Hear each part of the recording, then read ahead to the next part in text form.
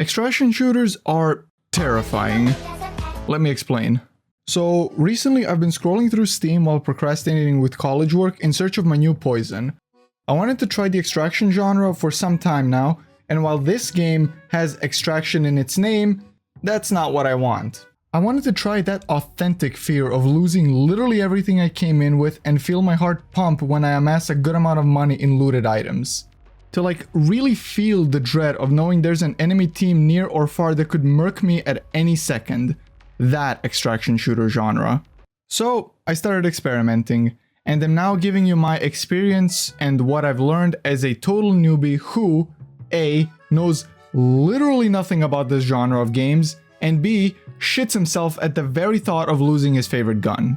Let's begin. Okay, so to say I've never tried extraction shooters is a bit of a lie. Liar! I had contact with it briefly by playing DMZ from Modern Warfare 2 2022, and from what I've learned by watching Escape from Tarkov videos, DMZ is like a baby's first extraction shooter. No complex item stashes, no injuries, armors like helmets and chest rigs, etc. It's like a watered down version of Tarkov, which I'm not saying is a bad thing. For someone who just wants to dip their toes into the genre without the complexity and the intricacies of an extraction shooter mechanics, DMZ, in my opinion, is the way to go. Incursion Red River, on the other hand, was my first proper introduction into the actual nitty-gritty aspects of it all. It is an early access, still in development extraction shooter which is strictly a PvE game, meaning you don't have to worry about enemy players killing you or taking your loot. It has all the elements of an extraction shooter with varying risks depending on the difficulty you play on. In this game, I got properly accustomed to the fact I need to plan ahead in terms of what I might need once I actually drop onto the map. How much ammo, bandages, what guns to bring, as well as armor and so on and so forth. After that, I dropped onto the map not knowing what the heck I'm doing or where I'm going. I had a tablet which showed me my objectives, so I went on my merry way to finish those. Along the way, I shot, looted, and ran away from fights in fear of losing my entire haul of less than $200 and some chump change. A humble beginning, indeed. Finishing the objective, I extracted, and that was the end of my first run. Did I have fun in this game? Yes. Yes, I did. But there was a teeny tiny caveat for me. When playing in a PvE setting, I noticed myself playing a bit more casually, so to speak. I took the game seriously and avoided fights when I could on higher difficulties, because I knew the only thing that separates me from extracting safely or dying and losing everything is one well-placed bullet. There was still that feeling of lower stakes. Now, if you don't have the patience or desire to play online, this game in my opinion will satisfy the itch for an extraction shooter without those pesky players killing you every other game. And the fact you can play this in a co-op setting with a few buddies makes this game a very good contender. But for me, it felt a bit empty without the threat of real players. Now, just to be clear, I'm not advocating for the game to go full online Tarkov style. We already have Escape from Tarkov. I'm just saying that I personally miss the real player interaction in the game. That's just me. You'll find me playing this when I'm tired or burnt out from PvP games and want to just relax and play an extraction shooter casually. Do keep in mind, it's still in early access, so there isn't content galore, and the game still feels a bit rough around the edges. But it's fun, and the devs seem determined to bring us the game in the best quality it can be.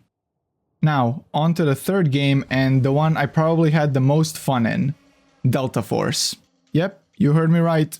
The so-called poor man's Battlefield and Tarkov rolled into one game.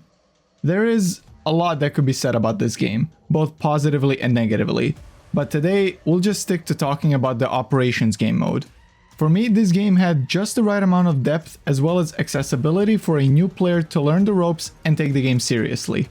It has the elements of preparation before a mission, multiple maps you can unlock as you level up, and some maps even have an easy or normal difficulty to them. And Delta Force adopting the hero-ish shooter mechanics means it has its own ensemble of characters with special abilities and gadgets you get to bring into the mission with you. Now, I'm not saying some characters are better than others, but there's a reason almost every solo queue team I joined had 1 or 2 Lunas. Clearly some gadgets are better suited than others. Is it so bad that if you play other operators you can't compete? No.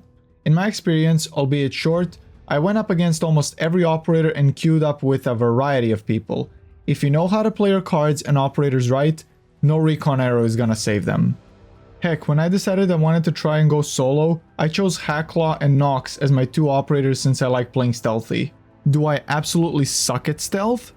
Yeah. Am I shooting myself in the foot by not playing Luna? Maybe. But why should it matter if I'm having fun?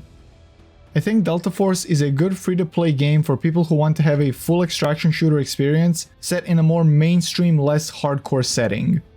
The prep, the loot, the anxiety, the panic, and the heart-pounding action is all there. It just has the look and feel of a less immersive milsim game. I mean, the hit icons, the little skulls that pop out when you kill someone, the UI telling you downed someone, you know the drill. Important to mention regarding all games talked about here, you will die while playing. My first run, I got murked out of nowhere in the first 15 minutes. But don't let that discourage you. In my second game, I had the most fun and profitable run yet. With this type of game, just like any other multiplayer game, a win is not a guarantee. The difference here are the stakes. And that's what makes it so terrifying, yet so much fun for me. These games can and will teach you to let go of stuff and that everything is replaceable. In Battle Royale, you drop in with nothing, and win or lose, you leave with, item-wise, nothing. Team Deathmatch or any of those types of game modes, you enter with everything you have and leave with everything you have. In extraction shooters, you enter with everything or nothing and leave with everything plus some more, or you lose everything and end up with nothing. The prospect of loot and heart-pounding combat for survival is what keeps me sticking around, and I can't wait to see Embark's version of this with Arc Raiders. So for now, fellow operators, raiders, or PMCs, whether you win big or lose big, remember to stay safe out there while exploring and looting. Thanks for watching.